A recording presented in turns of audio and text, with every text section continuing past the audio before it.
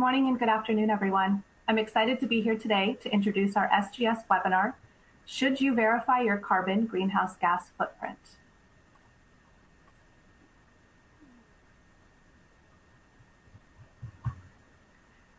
Today's webinar will cover a brief introduction into who SGS is, the emerging drivers in North America for organizations to measure, disclose, and verify their carbon footprint, the 6 major stages of the process of climate action, 4 options for greenhouse gas verification and benefits, next steps, and an opportunity for questions and answers.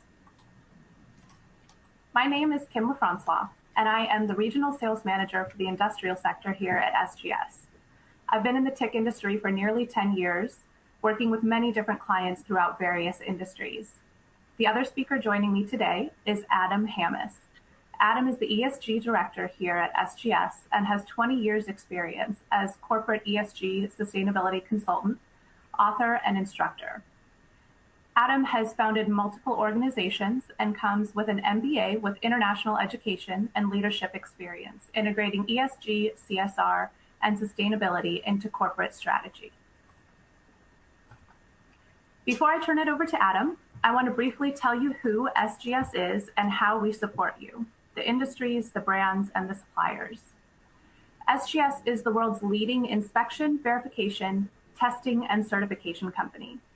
With over 93,000 employees in over 2,600 locations around the world and expertise across 11 global industry sectors, we have been providing assistance and expertise with global support and services to cater to many industries. We are where your suppliers are, with offices and laboratories around the world, in addition to global auditor and account management teams. SGS teams act locally and think globally. With over 140 years of experience, we're recognized as the global benchmark for quality and integrity. The mission of the Knowledge Solution team is to help our customers, your brands, and your suppliers operate in a more sustainable manner. Through certification, we ensure the quality, safety, and productivity of products and services, with training to improve employee competence and professional development, through performance assessments to verify compliance and performance of business operation, utilizing risk management services to reduce risk and increase your visibility into supply chains, and through best-in-class advisors, we offer technical consulting to assist with implementation of standards to improve operational efficiency and increase your speed to market. At the end of the day, SGS helps companies to reduce risk and conduct business safer, faster, and smarter. SGS is first in class. We are the largest provider of audits, certification, training, and advisory services. We have the ability to turn your needs into comprehensive solutions. With a high quality of service to build up large qualified teams for any global project, we act locally and think globally. With consistent service delivery via our worldwide network and global footprint, we have highly experienced experts in all industries, seasoned auditors in their field, with the average years of experience across our auditors being 20 years or more in their industry. We are your eyes and ears with strong project management at all levels, acting on your behalf. Global key account managers to manage all aspects of your projects. Our offices spread out in over 80 countries. Recognized independence and impartiality, we identify your issues as your continuous improvement is our objective. We are your end-to-end provider. If you have any questions about our products or services, please reach out and let us know. There will be Q&A at the end, so remember to put all your questions in the chat box so we can discuss them at the end of the presentation. I'll now hand it over to Adam to dive right in. Thank you very much, Kim, and thanks everybody for being on today. I'm excited to talk about should you verify your GHG emissions inventory. Just as another little side note for sustainability, it is embedded within SGS. It has been for a very long time. I'm going to jump to the content, but just to let you know, this is something we've been doing for 25 years or more. We've been at the forefront and recognized for the work that we've been doing for a very long time, and including kind of the proof is in the pudding and letting international talented folks who are third-party trusted organizations tell us how we stack up against others in almost every type of scoring you can get scored in. We score very highly, and so you can check that out on our website. But I wanted to start with just a quick baseline to get everybody's input and keep you engaged, and just say, have you as an organization completed a baseline carbon footprint or greenhouse gas emissions inventory? Yes, no, or possibly you might not know. Hopefully you do, but take a few 15 seconds, 20 seconds, answer this question, and we'll just get a sense of who's on the call, because there is definitely a varying degree of who has, who hasn't, and who is maybe thinking about doing it soon. So I'll give that a few more seconds, and then we'll jump to see the results.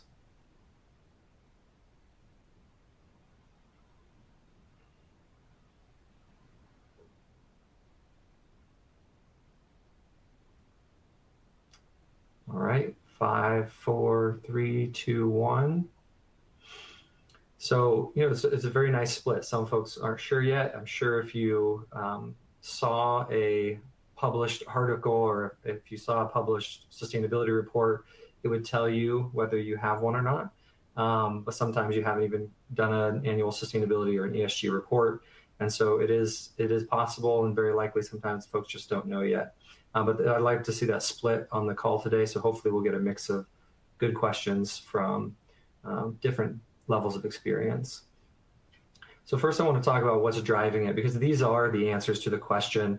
I wish there were simple, straightforward answers, but the reason why we have webinars like this and people are still figuring it out is you have to do what's right for your business. So what I hope you listen for is what applies to your organization. So the things to consider are, we're in North America. What are the business drivers for greenhouse gas emissions inventories to even be done? So the number one driver is really still ESG rating agency pressure. If you're not familiar with those, there are a lot of them. The DJSI is the Dow Jones Sustainability Index. They only do the largest 300 organizations that they score. MSCI, Morgan Stanley, Capital International, and it just goes all the way down to EcoVadis, which is really more of a supply chain, but they do service provider, but they do offer a lot of even private supply chain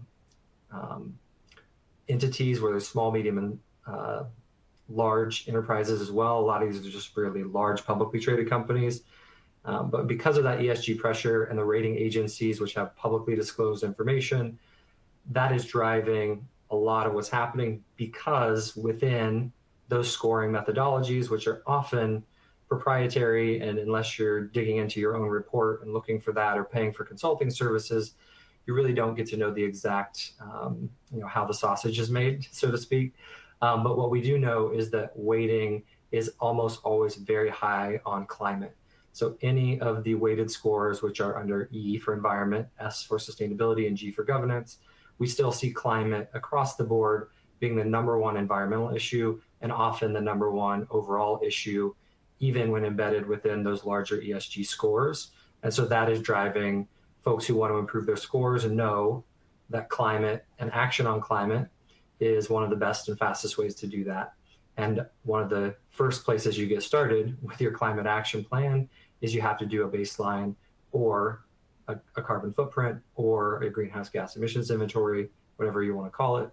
But that is still the number one driver, because North America is not leading the world. This would be a different conversation if we were in Europe or East Asia, and even some in South America, but just further ahead in the pressures, where we seem to trail 3 to 5 years in North America.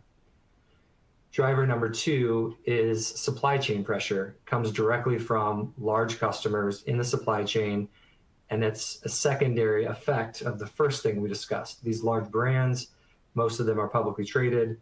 They are having a lot of ESG scoring pressure. They are trying to improve their climate scores and their climate performance to improve their investor scoring. And what that includes most of the time is scope 3 emissions, which we can talk about in more detail later, but it's value chain, upstream and downstream.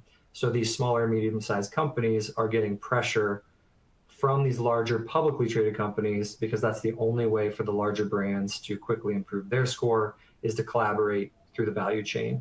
those scope 3 value chain emissions are almost always the largest set of emissions, sometimes by an incredible factor. They're 10, 20 times. There might be 70 to 90% of your emissions for a large company is in the value chain, not within your four walls of your owned assets.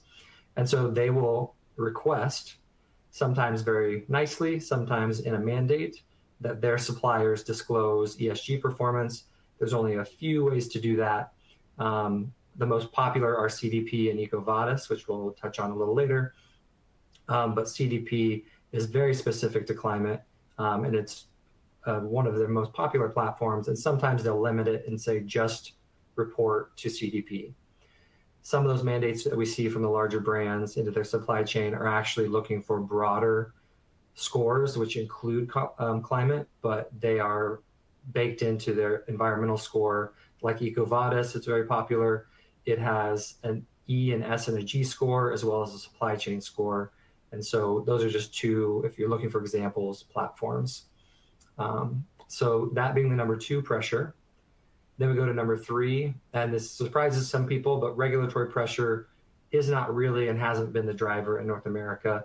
It's changing now, which we'll talk about, but it's only recently become a topic. The other 2 have constantly been an issue for the last 5 years. But Canada sees their own mandatory reporting for facilities. That really hasn't changed much. Everyone's very familiar with that. You either are required and have mandatory reporting, or you're not, depending on the size or the type of your facility. But lately, CSA Staff Notice 51358 and the Canadian Annual Budget proposal both had strong recommendations, but not a lot of teeth, but those usually come before teeth in regulation. So strong recommendations for TCFD requirements. That's the Task Force on Climate-Related Financial Disclosures, for people who aren't familiar, but it's a broad 4-category disclosure on risk management, risk identification, risk management, and targets, and one other thing, which I'm blanking on, but there's 4 very specific categories, and it's just really including transparency, increasing disclosure around climate and climate risks specifically. For the USA, we have our own mandatory reporting as well, just like Canada. But recently, the thing on everyone's mind, which we will dive into a lot deeper later, is that the proposed US SEC rules change. I'm not going to read all the numbers, but there's tons of articles out there. We will go into some detail and visuals of just what that means for everyone. But to be clear, it is not related to anything except for climate and climate disclosures. There currently are no other environmental or social issues. It is purely a climate and GHG disclosure rule change. And that's why I say it fits with the other things we've seen in the past and the trends where climate is the number 1 ESG issue on everyone's mind. Always in environmental, but often across the board in social and governance categories as well.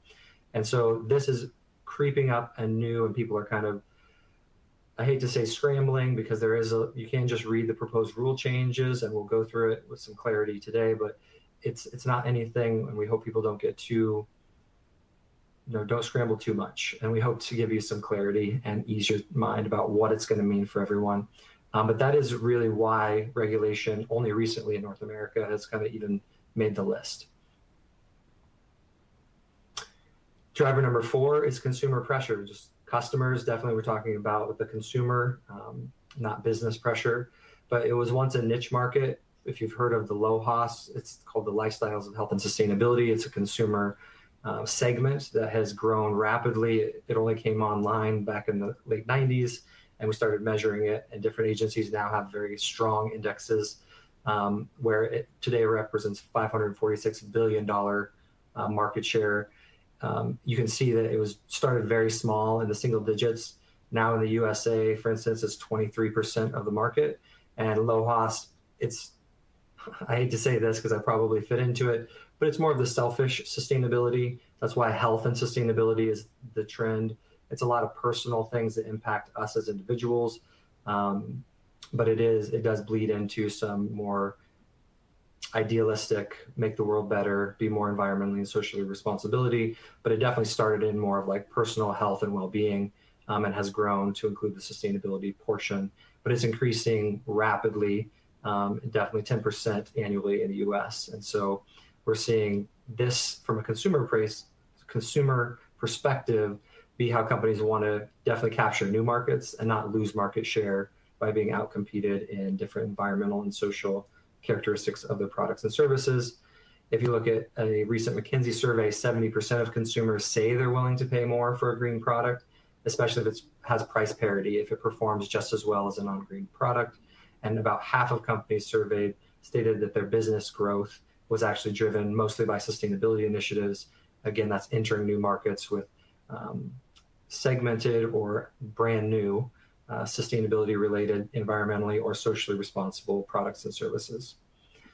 And last but not least, which is probably going to grow, I think we probably should do a few more surveys after COVID and the talent war that we're seeing really ramp up, but employee pressure.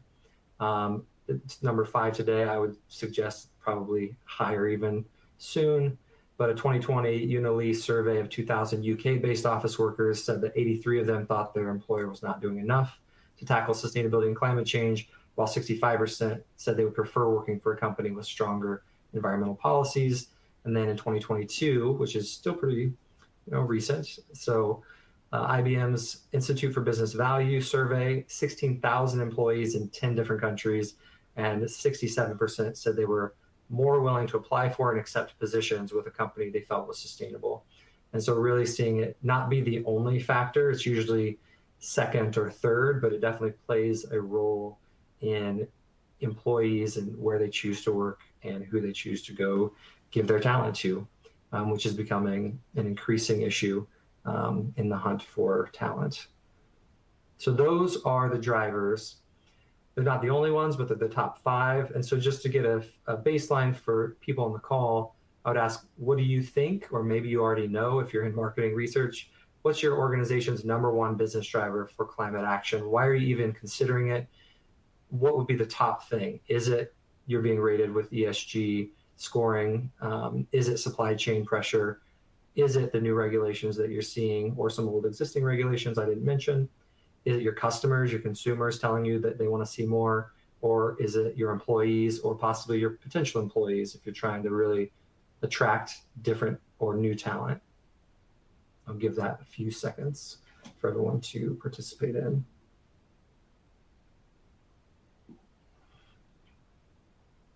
And as I'm waiting, I just want to remind you, you see a little different of a screen than I do, the layout, but you should have a Q&A box. Feel free to populate some questions along the way, and I'll try to manage that as we go and definitely stop and ask them along the way. But you can also save them. We'll have a big break at the end. So either way, whatever works for you. And 5, 4, 3, 2, 1. Sorry if you didn't get to answer. And so see, it's a pretty good list of top 5. See here that the regulation, this is what I would guess if I would interpret this bar, is that because these regulations are new and some people are still uncertain and maybe aren't familiar with the SEC ruling because they're not fun to read, is that it's jumped up quite a bit higher. I think as people get more familiar with the rulings, it'll probably normalize back out to what we said before. And a little surprising, employees, I just will give my personal 2 cents. I think maybe we don't ask enough and see why employees are going different places, and it might be some of this ESG and sustainability criteria, but this is a very good list, and thanks for your answers. Just jump to slide. All right, so let's get into the nitty-gritty, and this is how we view and how I hope you can borrow this if you'd like, but this is how we view the 6 stages of climate action for any organization. And it is not a linear, it's a cyclical path where each stage has evolving levels of maturity. Ideally, you're gonna go around the loop and you're gonna get better and better every time. And so none of these stages in our mind, definitely from SGS's point of view, and we help a lot of clients, should be missed. They can really hamper, derail, cause failure in your program, or just make you go much slower than you could have gone if you weren't considering each of these 6 distinct stages. So doing so, we say, elevates your level of risk if you forget one of these stages of climate action. So I'll just run through them quickly and just say competency. Number 1, it's important that you have employees. Definitely you can supplement that with vendors and business partners, but it's important that the leaders within your organization, the leaders of those initiatives, the leaders of this particular climate action initiative has education, training, and some vendor support to make sure that they can do the work that they need to do. Because there are some technical issues, they're definitely well within reason to learn and to be very good at, but you do need to have technical understanding of the frameworks and the standards and the methodologies that are industry standard. Second is measurement. You have to measure accurately, you have to use the right methodologies, and you have to define things, again, to the frameworks and standards that do exist. You don't want to go off and do it your own way, because you will get definitely a lot of feedback, and a lot of the negative kind of feedback from the marketplace if you try to measure and manage this in a way that's not following internationally accepted standards. So boundaries, data, calculations, emission factors, the things that you choose to leave in and out of scope for scope 1, scope 2, or scope 3 emissions, you've got to measure and measure well.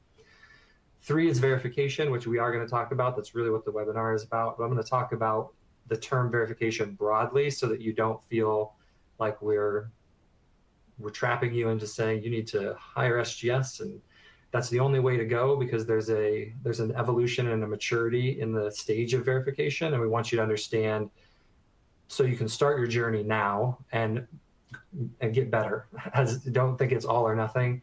And I hope, if anything, you come away from this webinar with there's a good starting point for you today, and then you might get better the next year and evolve into a really robust program. Then the stage of disclosure. That ranges from mandatory to voluntary, but sometimes there's frameworks and standards you need to know about depending on whether it's mandatory or voluntary, but also there's just communications beyond legal financial disclosures. There's voluntary annual reports, there's press releases, there's a lot of greenwashing penalties that you could be putting yourself at risk for if you're not looking into the proper way to disclose. And you'll, again, get negative feedback from the marketplace if you're not careful. Then there are targets. Any good program has to set some sort of goals, whether those only be private and you held them internally. Ideally, they're much more valuable if they're public, because you get the marketplace value of seeing you taking action. So that goal setting can then align with different standards. Really the one sort of beyond argument that is the international standard that what people are aligning to, which is the Paris level treaty, is the SBTI, which is Science-Based Standards Institute, which just means sometimes you just hear people say SBTs are science-based standards, but that just means you're measuring to meet the Paris level agreements and the reductions, 2030, 50% reduction, and 2050 carbon neutral. There are other ways to set targets, but those are the big ones we would recommend aligning with, because everyone is. And then improvements, actually making improvements. All of this is great to do planning, but unless you have absolute reductions or intensity ratio reductions within your operations, within your supply chain, sometimes using offsets when they're appropriate, but not using that as the only strategy, is that you have to actually, in number 6, rubber meets the road, do things better, and then cycle back through the entire thing. What are the competencies you didn't have that first round? How do you get better? How do you continue to evolve? Were your measurements correct? Do you need to adjust them? Are you going to move to a different level of verification? How are your disclosures going to evolve? Are your targets still adequate? Great, let's do another round of improvements, and so on and so forth. And that is the 6 stages of climate action that we strongly recommend that you consider the work that needs to be done in each of those 6. And hopefully you see where 3 verification fits nicely into the puzzle with your organization. And Sandra, I see your question. Hi, is this recorded? There is so much information. Thank you. One, I appreciate you telling me. Maybe I'll slow down and talk a little slower, but I also hope that we can find out whether it's recorded and answer that for you. So Sandra, thanks for the question. One of it might be me and my excitement for the topic, and two just might be, it's a pretty big topic. So we want you to make decisions that fit your company. So looking at this, what stage of climate action does your organization find most challenging? I'm not asking which stage you think you're currently in, but when you look at those 6, what do you think is most challenging? For you, has it been the competencies piece, getting people trained, figuring out how to measure a greenhouse gas inventory, figuring out whether or not or how to verify the results, disclosing those results, setting meaningful targets, or actually making reductions in your carbon footprint? So I will give you another 10 or 15 seconds to think about that while I browse the questions list and make sure I'm not missing anything. And I will say, thank you for the question again. Definitely, I am not opposed to backing up and recovering any of the old slides once we get done. My strategy is usually to cover the material, make sure everyone understands the big picture, and then just leave time for Q&A. So if that helps you with where we're going today, I hope it makes you feel better. All right, 5, 4, 3, 2, 1. All right, also a very nice balance, except here you can see, I'll point out 2 things, measurement, and yes, the math.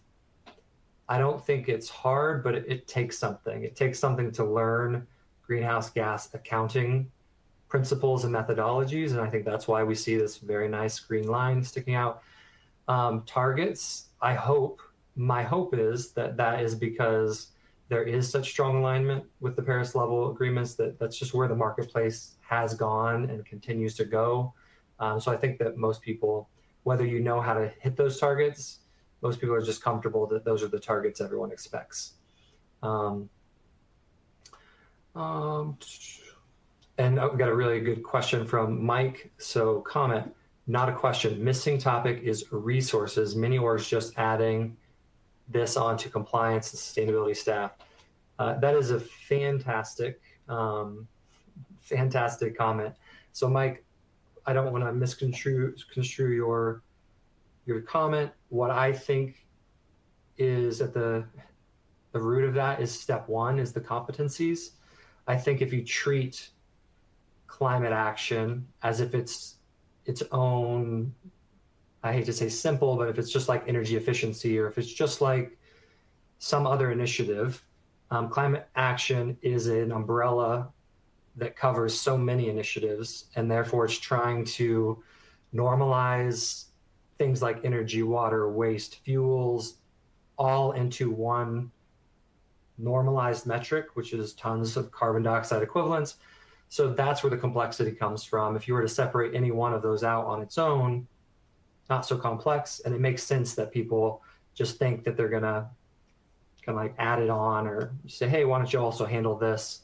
But it's a cross-department, cross-initiative, complex mathematical methodology that is very important, but it is not as simple as some other topics. And I think that's why competency is so important, and why we hope people put a lot of effort into that number 1 competency. Even when we work with clients and they pay us to do work, we almost always highly recommend that they train themselves so that they are comfortable and confident in why we're doing what we're doing, because they internally should have the knowledge. Like, you should never just completely rely on someone else, and it's a complex topic. So great question / comment, it wasn't a question. So now let's dive into stage 3, verification. So I'm going to break it into very specific internal verification and external. There's an internal review, an external review, there's limited assurance, and there's reasonable assurance. There could be some other words thrown around. Sometimes people say validation, sometimes people say verification. I'm going to use the terms that we typically use here at SGS, but feel free to map on your own language. but it does cause confusion. So I hope we can all get better at using kind of industry terminology. So that's where we're going to head today. So I'm going to talk about it. And Frank, let me cover this and I'll get to your questions. Absolutely. So verification level 1, this is just starting out. You should do, again, we're strongly recommending all of this internally. This is conducted by a qualified independent party within your organization. So it can be virtual. That's a nice option, but it's just the people who did the greenhouse gas inventory, who collected the data, who crunched the numbers, they're handing it to someone else who wasn't involved to have an independent, and I use that word loosely, but it's just a different person, a different set of eyes still within your company that will review and check for errors, check for understanding, check for anything that they can on scope, boundaries, methodology, and calculated outputs of your emissions inventory. This is the very lowest level of risk mitigation, but it is something. And it does provide you as a team confidence in your results that you would not have otherwise, and confidence in those people within your organization using this data to make related decisions. And so we just say it's still very important to do a level 1 internal review and have someone who's not on the team look at it. That's at a minimum, we really suggest you do that. Level 2, that's an external review. And I'm using my words carefully because an external review, I want to be clear, it doesn't get you anywhere with kind of other parties. You won't get an issued declaration statement, but it is higher. It's a low risk mitigation, but it's a higher risk mitigation than having someone inside of your organization do it, because it's a qualified independent third party. You still have the virtual option for them to review the data, which is your scope, boundaries, methodology, and outputs. But they are not going to go into as much detail, and they're not going to put their name and their stamp of approval on the line. They're just more of a consultant who did the review for you. And it's something, and it does provide you more confidence in your results and related decision-making.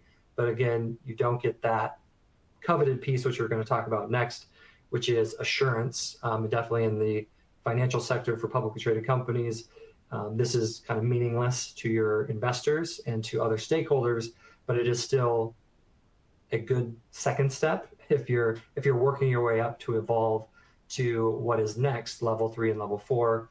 And these are something I really want you to just see the difference between, because this is what's being asked for also in the SEC rule changes for assurance. There's an assurance component to this as well. And so external, and it's called limited assurance. And so it is something that you get a signed declaration, an issued statement from a qualified independent third party. If it is limited level of assurance, there's often times where you can do it mostly or possibly the whole thing virtually, but it is accredited to a standard. Sometimes you can get non-accredited certificates.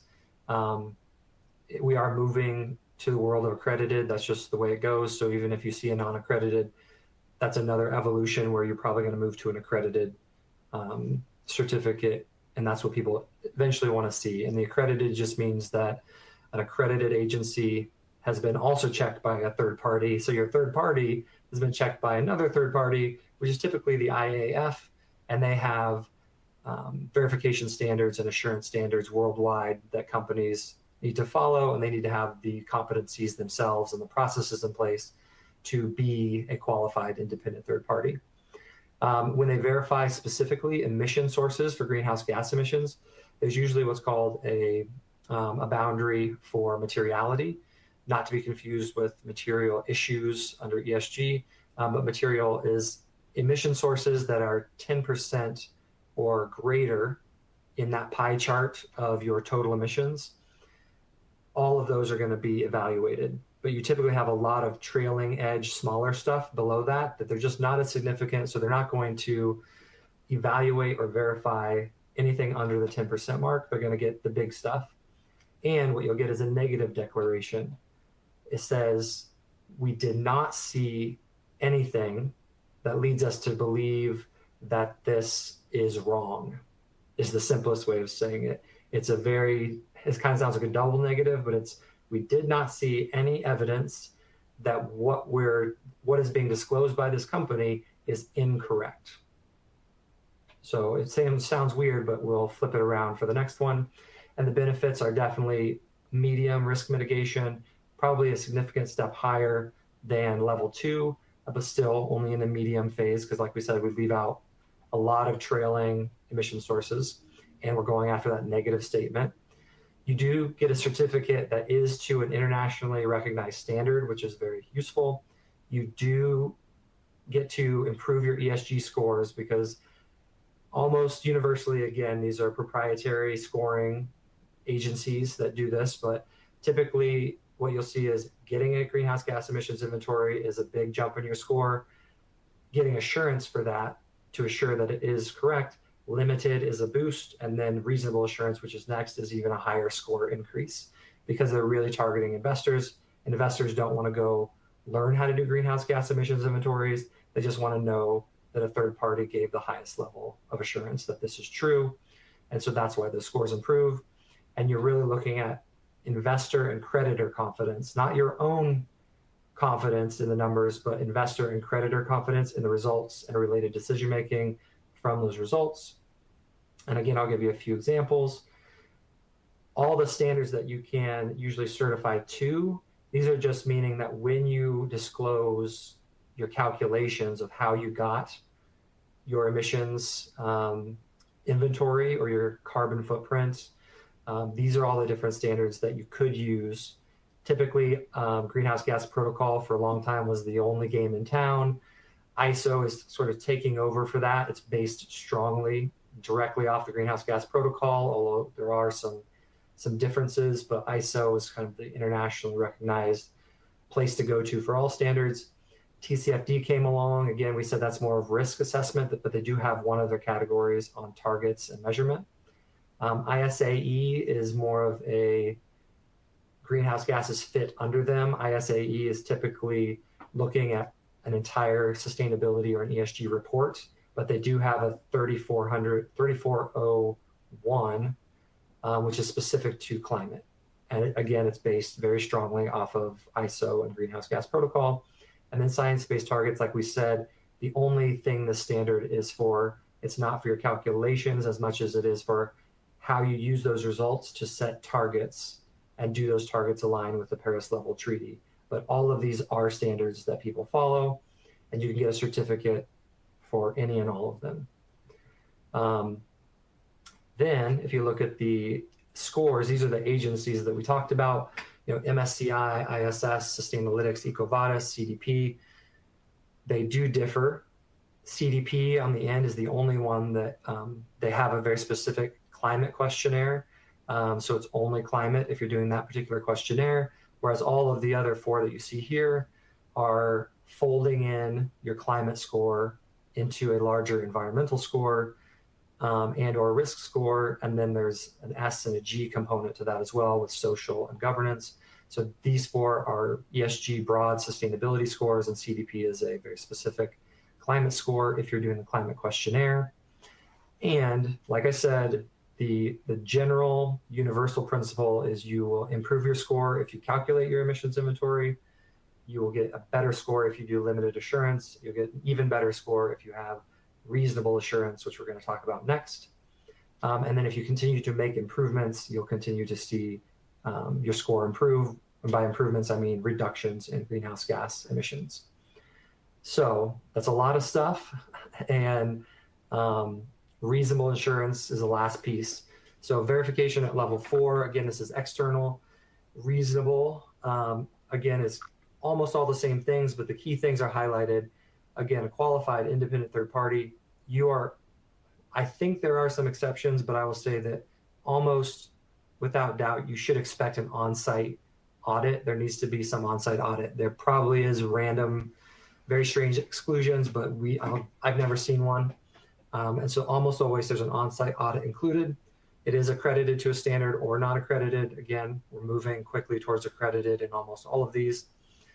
They're verifying the emission sources in reasonable. The reason it's higher is that 5% is the materiality, threshold. And so anything 5% or higher, it still leaves a few trailing, but it's still statistically more significant. And it's a positive declaration where the letter that you'll receive, the issued statement, says, all the evidence that we viewed, we did see enough evidence to believe that the information is accurate. So you can see how it's flipped. The other one was, we did not see evidence that leads us to believe this is false. And this is, we did see enough evidence to believe that this is true. Maybe splitting hairs, but it is a significant level of the amount of sampling and evidence that is required to be looked at, as well as that difference, the drop, or I should say the expansion from a 10% threshold to include everything up to 5%. So it's the highest risk mitigation that you can have. Again, you're certifying to all the same standards. It's just more robust, same improved ESG scores, and again, higher levels of investor and creditor confidence in results and decision-making. So those are the 4 levels. I hope you see that you can jump in at level 1 and move to level 2 and level 3 and level 4. There is a pathway for you. Don't think it's all or nothing, but it's a pretty defined pathway. So I don't want you to think that you can just kind of make up your own type of verification and it will be accepted by different stakeholders, because this is really, there's a strong alignment and it's getting stronger all the time. I'm going to stop here because I promised I would go back and look at some of these questions. Frank, great comment. I'm going to read it all just so I don't miss anything, Frank. But big issue, in my opinion, is there are too many rating systems.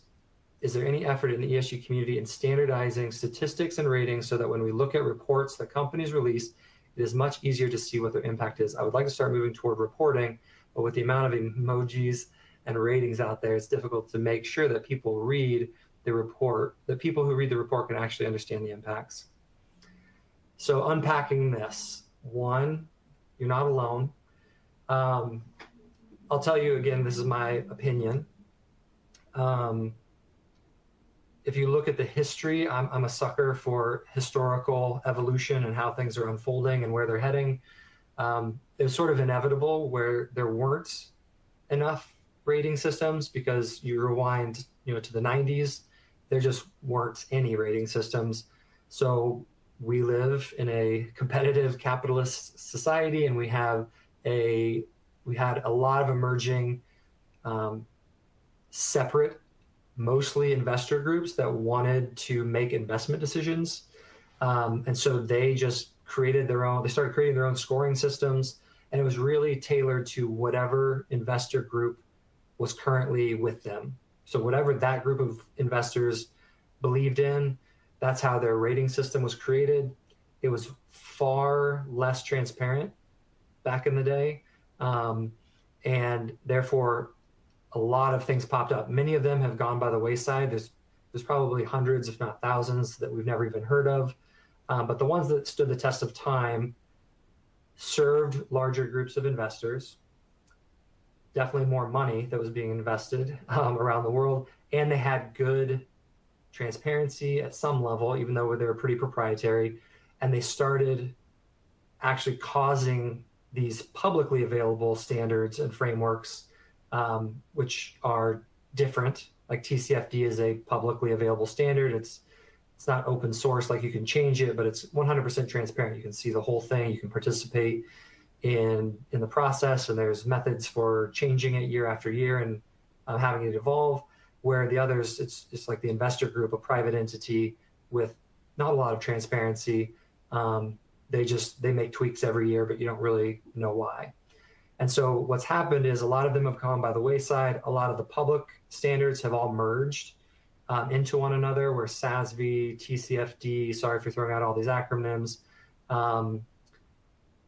and the IR, Integrated Reporting Foundation, they all joined together, and now they've just subsumed into the IFRS internationally. So they've you'll still hear those acronyms, but they're going away. They've just kind of become standard international financial principles. So that's good. We want to see consolidation and alignment, and that happened, but they're only targeting publicly traded companies. And so GRI and the UN SDGs have kind of lived separately because they're targeting more public, idealistic, kind of like good for the world type of initiatives, which are broader materiality tests. And so those have continued to come forward. And I don't know, I don't want to speak for anybody, but we'll see. MSCI, ISS, and Sustainalytics and EcoVadis, they've all just been around for a long time and they're being used. Whether they decide to kind of collaborate or combine efforts, that's a question that's far beyond my understanding, because they are still privately held, kind of equity-based, investor-driven initiatives that have 10 or so years behind them, and they've been doing really well for themselves. So I don't know that those agencies will align and disappear, but anything that's publicly out there, we've got strong alignment and it's getting simpler, not more complex. So very long answer to your question, Frank. I think it's going to get better. I think we just went through the Wild West for the last decade, and now things are getting where they need to be.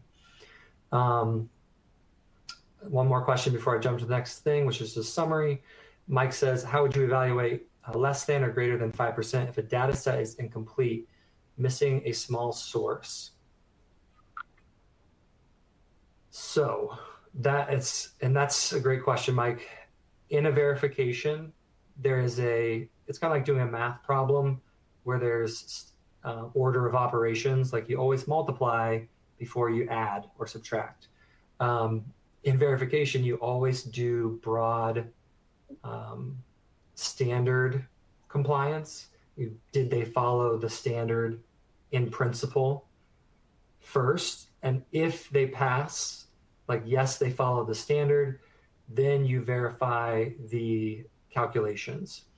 But there would be a big asterisk by something if you left out a very obvious emission source without a justified reason, and there are very specific justified reasons in the standards of why you can exclude an emission source. They're typically like extremely high cost or extremely complex, or just the data is impossible to get to. But that's one of those evolutions where it needs to be in sort of, it's not a smooth line. There needs to be, if you do scope 1, you need to do all scope 1 or not do it.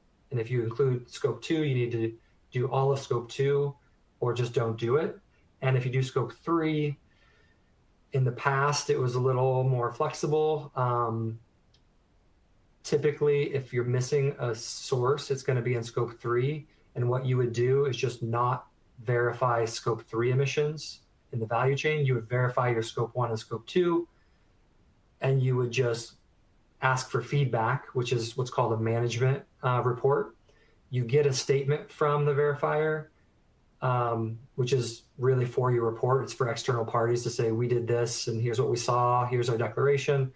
But you get a much longer report from that same entity that's a management report with a lot of suggestions and recommendations for improvement. That would tell you basically do not verify scope 3 because you're missing some significant sources here, and the numbers won't be meaningful because they're excluding things that shouldn't be excluded. It doesn't mean you can't report them. You just want to disclose that you're working on it and you're going to get better next year by adding in X, Y, and Z emission sources. And then at that point, you could verify the actual output. I hope that wasn't more confusing, but it's a great question because the answer is you can't. It says, how would you evaluate plus or minus 5%? You can't. And that's why you have to have a complete set of emission sources following the standard. And that's the first thing that a verification would evaluate before it got into the actual calculations and the results of the math. These are all fantastic questions. Here's something that I definitely want to get to. The SEC. So for the United States, the SEC, this is the simplest chart I could make My hope is that it doesn't cause more confusion, but it gives you some sense of time frame and hopefully eases your mind. And it's aligned with my earlier messaging of you can start today. You don't have to do it perfectly. You've got time. Just get better and keep evolving your program. But what the SEC's ruling is really about just climate disclosure. It's only climate. It's not other environmental topics. It's not other social topics. It's climate risk disclosure, having your baseline data and the scope 1 and scope 2 emissions, which I didn't talk about a ton today, but those are the things that are within your four walls. Typically, you either own them directly, like a building, a vehicle, a piece of equipment that's literally giving off an emission, or you're purchasing power from, mostly it's a utility, sometimes it's steam, but it almost always it's electricity. That's the biggest one in this category. But you are responsible for the related emissions for that electricity. In the greenhouse gas accounting methodologies that everybody agreed to, is that scope 2 is, you can think of it as probably just your electricity bills. And scope 1 is everything that you physically own. It's an asset that you either own or you have control over operationally. And then scope 3 is everything else in your value chain, upstream and downstream. And so this year, nothing. And again, I'll back up. This timeline applies to large accelerated filers. So even that's going to miss a lot of companies. And then if you look at the bottom, if you're an accelerated or a non-accelerated filer, you can add a year to this. If you're a smaller reporting company, it might not hit you for 2 more years. That's all kind of being determined, but they say they have at least 2 more years for smaller reporting companies. And that's even, the assurance doesn't kick in until 2025. And again, that's for large accelerated filers. So just know that there's a lot of moving pieces here, but I'm going to talk through the top row. So scope 1 and scope 2, the stuff that you should be able to easily get your hands on, invoices and business data. So the data that you need to make a calculation, which is readily available, is usually scope 1 and scope 2, and not until 2023. And that's the end of 2023 when you're filing your documents for the year 2023, that they would expect you to have a mandatory baseline. And that's just your calculations. The baseline just means you did the math, you got a greenhouse gas emissions inventory, that's it. And so then moving forward, it's a mandatory filing. Again, these are publicly traded, largest accelerated filers. And then after 2025, for the year 2025, you would be required to have a limited assurance. So you could imagine coming back here in 2023 or for the year 2023 and doing an internal review. You could, for the year 2024, do an external review, and then you could do your limited assurance. Definitely, depending on who your stakeholders are, if you have investors, they might want a faster ramp up. But to make the SEC happy, the mandatory filing with limited assurance doesn't happen until you're filing for the year 2025. Then you get another 2-year window. And for the year 2027, those mandatory filings will need a reasonable assurance. So there's a time lag there. We've got time to get better, time to build competencies, time to do work, learn something, and do better the next year. And again, that's for the largest companies. Dana Bartlett says, Dana, is there a definition for large filers? It's not simple. There is basically just like a dollar sign, but there's a large accelerated filers because there's a cutoff. It's a big number, but then it says accept this and accept that, and there's a bunch of little things. The easiest thing to do would ask your accounting team and say, are we a large accelerated filer?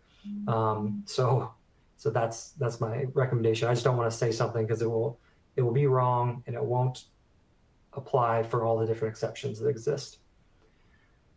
Scope 3, value chain, again, so this is for the largest filers, but the most aggressive timeline is companies and assurance providers like SGS. We are an assurance provider. for the year 2023, we need to determine what are the material emission sources. And so what to include and what to exclude. The only valid reasons for excluding and excluding, you have to try to measure those things. There's no eyeballing it. There's no, well, you know, it's this. The only thing that you could get away with not measuring it yourself is if you have some sort of research data, or definitely industry associations that have done copious amounts of, you know, industry-wide comparisons of existing greenhouse gas emissions inventories. Sometimes they'll have research that shows in our industry, these are the big, you know, the average footprint looks like this. And here are like 7 categories that are less than 1%.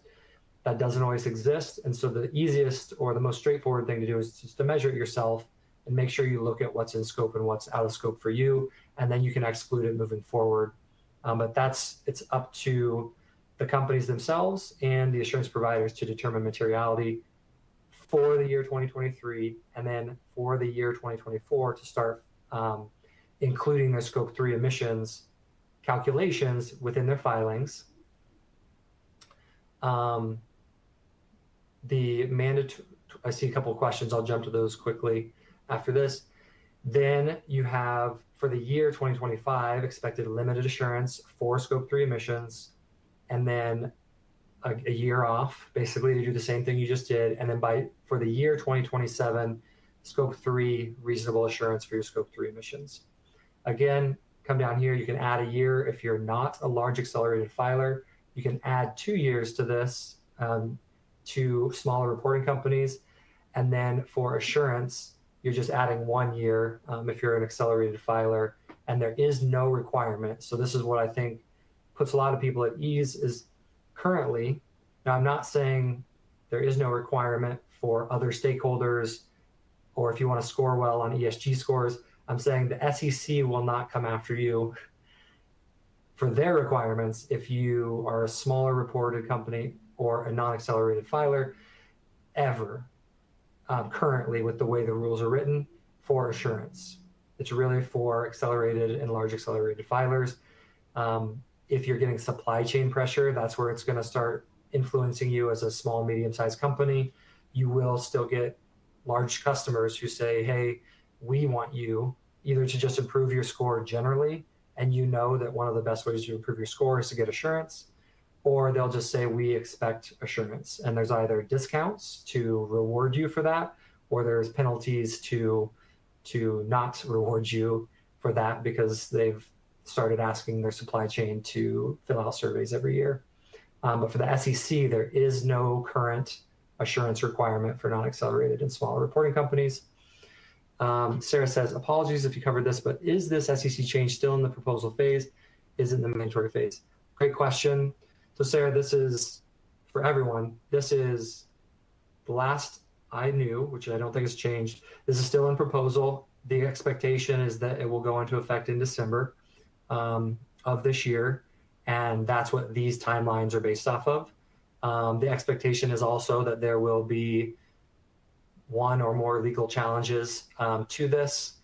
And I mean, I'm not going to get political. I'm just going to tell you what I think about that challenge is that it won't, the challenges are going to be that they're outside of their scope, requiring some sort of basically penalizing folks for performance, but the rules have nothing to do with performance.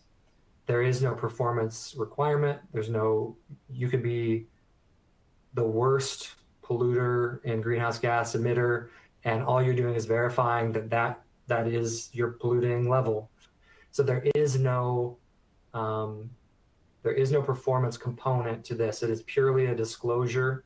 You could say it's a transparency rule change, and it's in line with 30 to 40 years of what we've seen out of the SEC.